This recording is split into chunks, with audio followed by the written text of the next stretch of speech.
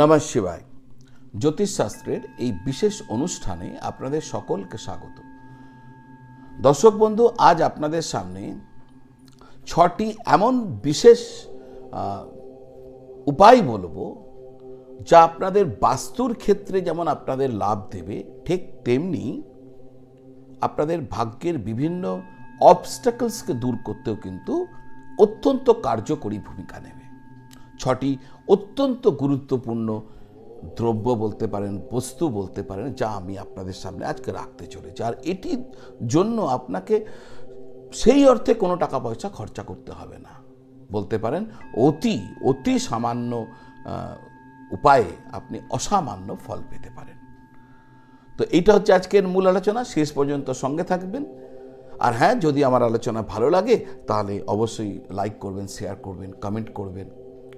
আর যদি এখনও চ্যানেলটি সাবস্ক্রাইব করেননি তাহলে বেল আইকনটি প্রেস করে দেবেন এবং আমার এই চ্যানেলটিকে সাবস্ক্রাইব করে আমাকে উৎসাহ প্রদান করবেন। 6টি বিশেষ গুরুত্বপূর্ণ দ্রব্য যা আপনার বাস্তুর অশুভ শক্তিকে দূর করে আপনাকে সুখ শান্তি প্রদান করতে পারে। আজকে এইটি হচ্ছে আমার আলোচনা। এই আলোচনাতে প্রথমেই আমি যার কথা আলোচনা করব সেটি হচ্ছে তুলসী। আপনারা সবাই জানেন এর মাহাত্ম্যের কথা। অনেক হিন্দু গ্রন্থ ও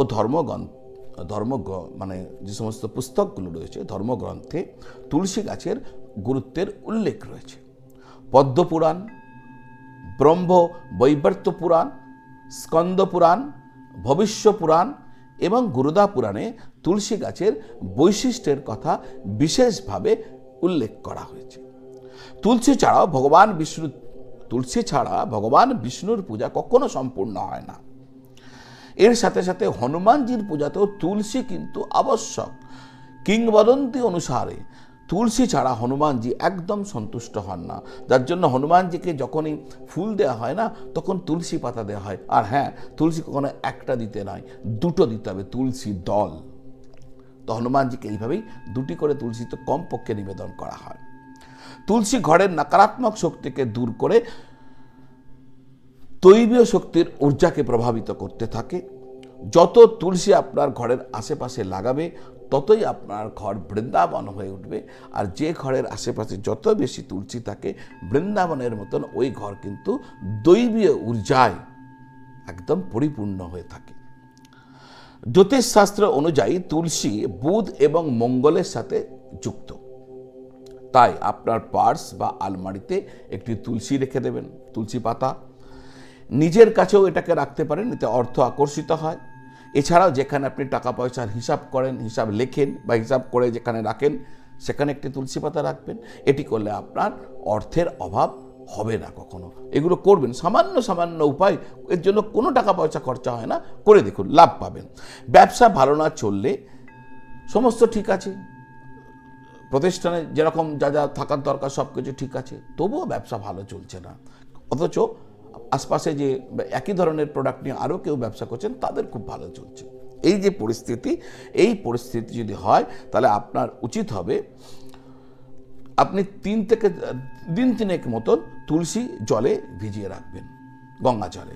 তারপর আপনার প্রতিষ্ঠান বা দোকানের যে দরজা, ওই দরজাতে ওই তুলসীর জল ছিটিয়ে দেবেন। দেখবেন ব্যবসার যে মন্দাভাব রয়েছে সে মন্দাভাব দূর হতে থাকবে।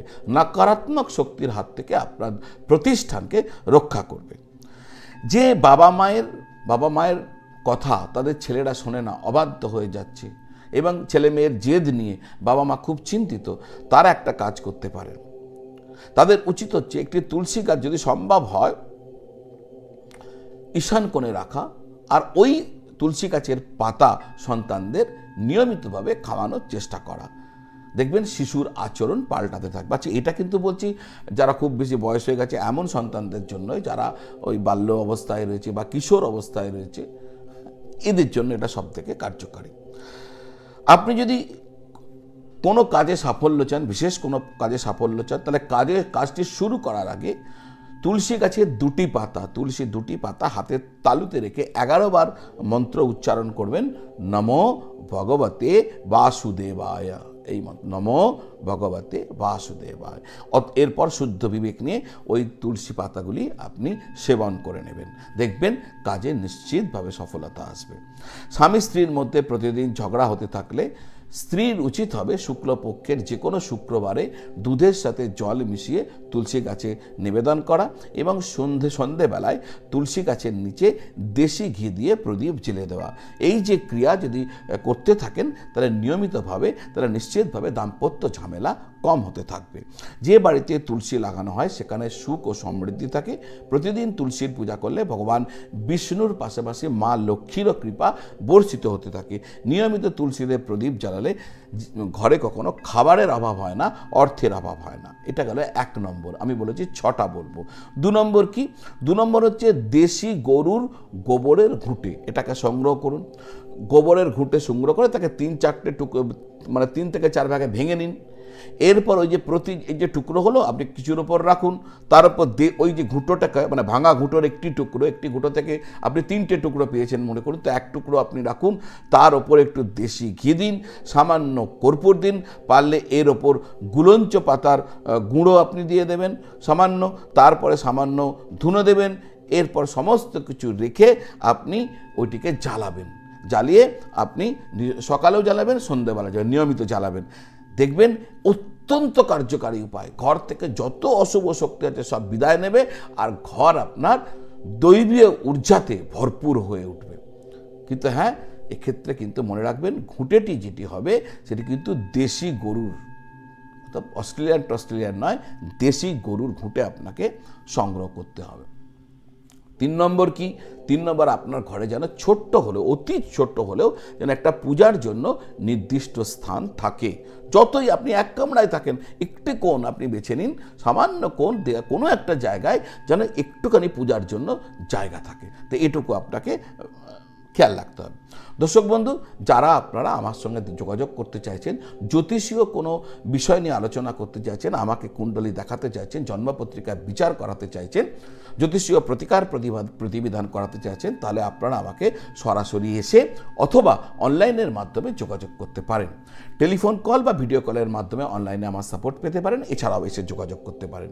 সবিস্তারে জানার জন্য এখানে যে নাম্বারটি দেওয়া আছে 9830564500, ওই নাম্বারে আপনি হোয়াটসঅ্যাপ করে বা ফোন কল করে জিজ্ঞাসা করলে কিভাবে আপনারা আমার সাথে কানেক্টেড করবেন, আমার অফিস থেকে আপনাদের ডিটেলস বলে দেওয়া হবে। তো এইভাবে আপনারা আমার সাথে অবশ্যই কানেক্টেড হতে পারেন। আসা যাক পরের আমার মূল আলোচনা হচ্ছে 3খানা বলে দিয়েছি আপনাকে। এবার হচ্ছে 4 নম্বর। 4 নম্বর হচ্ছে রতির দানা। রতি পাওয়া যায়। রতি কি? দেখবেন আগেকার দিনের যখন সোনার দোকানে মাপ হতো না, ওই কুঁচ বলতো একটা, ওই যে ওটাকেই রতি বলা হয়। তো রতি আপনার কিনতে আগে হতো না, করতি, 5 রতি মুক্তা, 6 রতি মুক্তা, এই যে 5 রতি 6 রতি, এই রতি কোত্থেকে আসে? রতি কিনতে পাওয়া যেত, এখন তো ক্যারেটে হয়ে গেছে। তো রতি আপনাকে সংগ্রহ করতে হবে, কিনতে পাওয়া যায়। আমি চেষ্টা করব এই যে ভিউ প্রোডাক্টস আছে ওখানে যদি আমি রতি জোগাড় করতে পারি তাহলে ওখানে আমি প্রোডাক্টের মধ্যে দিয়ে দেবো, আপনি ভিউ প্রোডাক্টে দেখতে পাবেন। তো আসা যাক রতির দানা।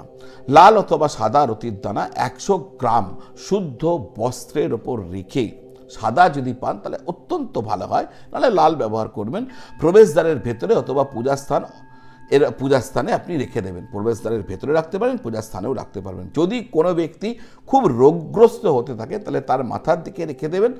তবে সেক্ষেত্রে ওই দানা যার আপনি রাত্রিকালে ওই ব্যক্তির মাথার দিকে রেখেছিলেন, সকালবেলা তা কিন্তু পূজাস্থানে এসে রেখে দেবেন। অর্থাৎ সকালের দিকে থাকবে পূজাস্থানে, রাত্রির দিকে থাকবে রোগীর মস্তকের সামনে। সর্পগন্ধার মূল আমার 5ম আইটেম। সর্পগন্ধার মূল কি? অশ্বগন্ধা নয়, মনে রাখবেন সর্পগন্ধা। দেখুন, যদি বাড়িতে না চিৎকার হতে থাকে স্বামী স্ত্রীর মধ্যে বা পরিবারের মধ্যে, কেউ কারো কথা শুনছে না, ভয়ঙ্কর পরিবেশ, দিনরাত মারামারি, কাক বসতে পারছে না, এমন যদি একটা পরিস্থিতি হয়, তাহলে একটা কাজ করবেন, একটি সর্পগন্ধার মূল সংগ্রহ করবেন আর ওই মূলকে আপনার ওই ঘরের মধ্যে এমনভাবে টাঙাবেন যে অত্যন্ত হাওয়া দিলেও ওই মূলটি কোনো সময় দেয়াল স্পর্শ করবে না। আর টাঙাবেন কি দিয়ে? কাঁচা সুতো দিয়ে, সাদা মৌলি বলে, সাদা মৌলি সুতো দিয়ে বেঁধে, কাঁচা সুতো দিয়ে বেঁধে টাঙাবেন। 6 নম্বর আইটেম কি? 6 নম্বর আইটেম হচ্ছে ফিটকারি। প্রতি ঘরের একটি কোণে কাঁচের বাটিতে কিছুটা করে ফিটকারি রেখে দেবেন। প্রতি 30 দিন অন্তর ওই ফিটকিরি আপনি জলে দিয়ে দেবেন। তবে হ্যাঁ, নিজের বাড়ির জলে দেবেন না, নদীতে দিয়ে দিন, অন্য কারো পুকুরে বা যেখানে সেখানে দিয়ে দিন, আপনার বাড়িতে নয় অন্তত।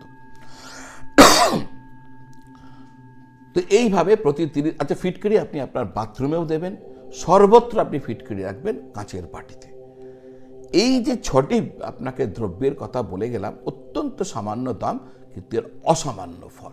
তো দর্শক বন্ধু, চেষ্টা করে দেখুন, যদি সবটাই করতে পারেন নিশ্চিতভাবে আপনাদের মঙ্গল হবে। আজ এই পর্যন্ত, আবার দেখা হবে। নমঃ শিবায়।